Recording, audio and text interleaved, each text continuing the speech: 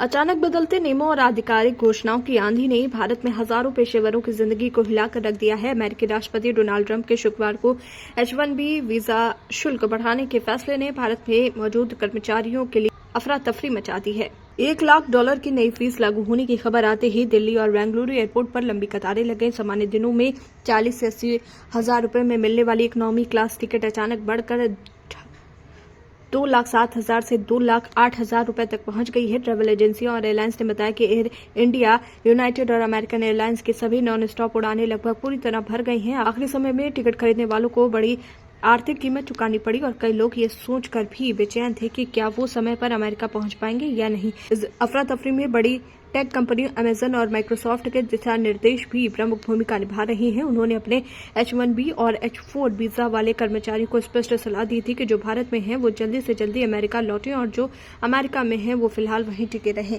ये दिशा निर्देश कर्मचारियों के लिए अतिरिक्त दबाव बन गए क्योंकि उन्हें जल्दी निर्णय लेना था, जबकि कीमतें और सीटें लगातार बढ़ रही थी। शनिवार दोपहर तक दिल्ली से न्यूयॉर्क जाने वाली फ्लाइट का इकोनॉमी क्लास टिकट 1,05,000 रुपए में बिक रहा था। शाम होते होते केवल अमेरिकन एयरलाइंस की एक फ्लाइट में ही सीटें बची थीं और उन तक पहुंच पाना भी मुश्किल था। बेंगलुरु एयरपोर्ट पर भी यात्रियों की लंबी कतारें देखने को मिली। एक सॉफ्टवेयर इंजीनियर ने बताया कि उन्होंने 6 घंटे तक लगातार एयरलाइंस और एजेंट्स को फोन किया, लेकिन टिकट केवल 2,07,000 में ही उपलब्ध हो पाई।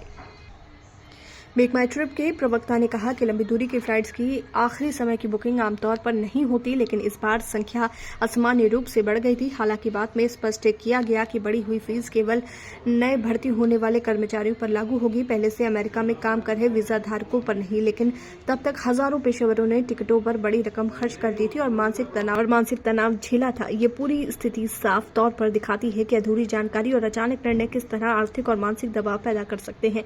इस घटना ने भारत अमेरिका संबंधों पर भी असर डाला। अमेरिका में भारतीय पेशेवरों की बड़ी संख्या कार्यरत है जो तकनीकी और सेवा क्षेत्रों में महत्वपूर्ण योगदान देते हैं।